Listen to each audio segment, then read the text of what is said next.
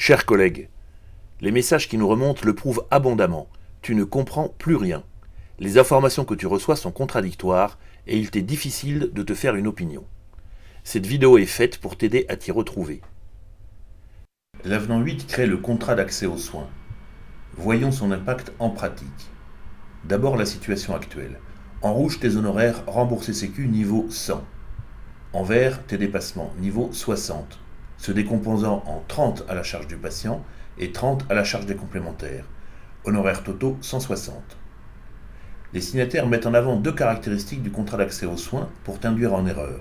100% de dépassement autorisé, solvabilisé par les complémentaires. Mettons en image cette vision idyllique des choses. Tu auras droit au facteur K, 11,5%, actuellement réservé au secteur 1, ce qui porte la part remboursée de tes honoraires à 111,5%. On te laisse espérer 100% de dépassement solvabilisé par les complémentaires, ce qui porterait la part en vert à 111,5%, avec une part patient à 0 et une part complémentaire à 111,5%. Honoraires globaux 223. Tout le monde est content, sauf les complémentaires. Mais ce n'est pas ça le contrat d'accès aux soins. Voici la réalité. Tu auras bien droit au facteur K, ce qui porte la part remboursée Sécu de tes honoraires à 111,5. Mais ces 11,5 viennent s'impacter sur tes dépassements, qui baissent d'autant, car tes honoraires globaux ne doivent pas monter. Tes dépassements baissent donc à 48,5.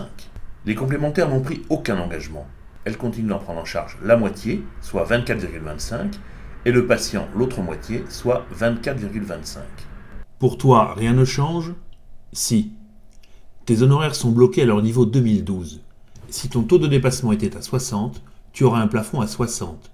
Mais s'il était à 30, le plafond sera à 30. Si tu étais installé en Creuse avec des tarifs de Creusois et que tu pars à Lyon, tu emporteras avec toi tes tarifs de Creusois. Tu t'engages à baisser ton taux de dépassement dans le temps. Tu t'engages à soigner au tarif Sécu 4,7 millions d'ACS, accession à la complémentaire santé, en plus des CMU et des AME.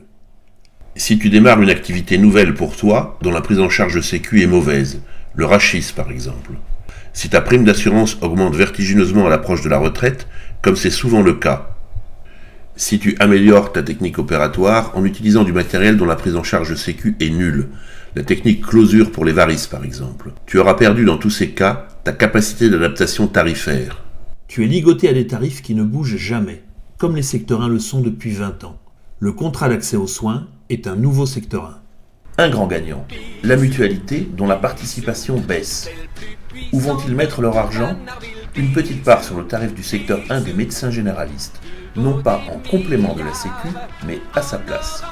C'est la privatisation de la sécurité sociale qui est en marche. Et le reste ? On ne le saura pas.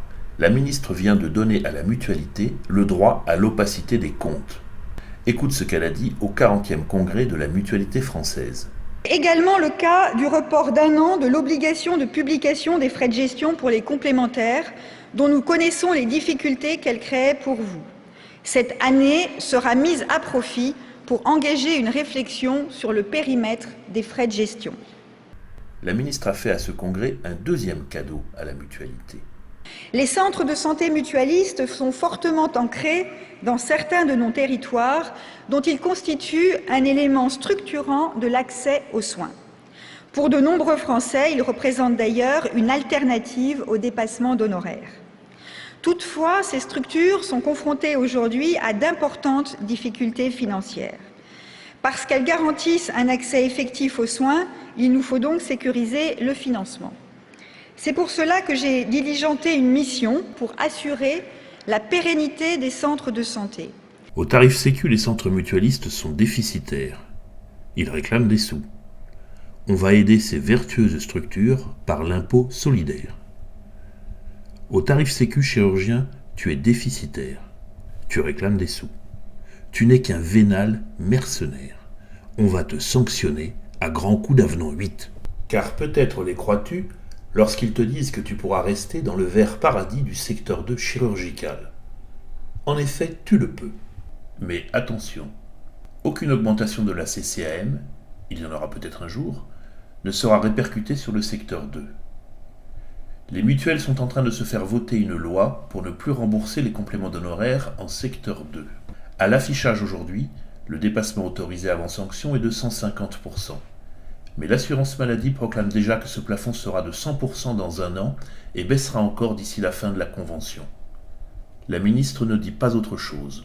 Cet accord doit renvoyer à des dispositions précisant le niveau à partir duquel on considérera que les médecins doivent être sanctionnés. Il faut imaginer que ce plafond puisse diminuer au fil des années, parce que notre objectif, c'est évidemment celui d'une pression sur les dépassements d'honoraires. Petit à petit, ce dépassement d'honoraires... Vous allez voir, le plafond descend peu à peu pour les écraser, pressant.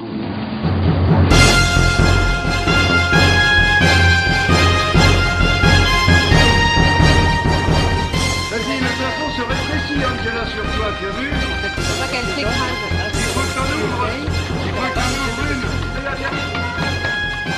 Arrêtez la machine, vous allez la coincer.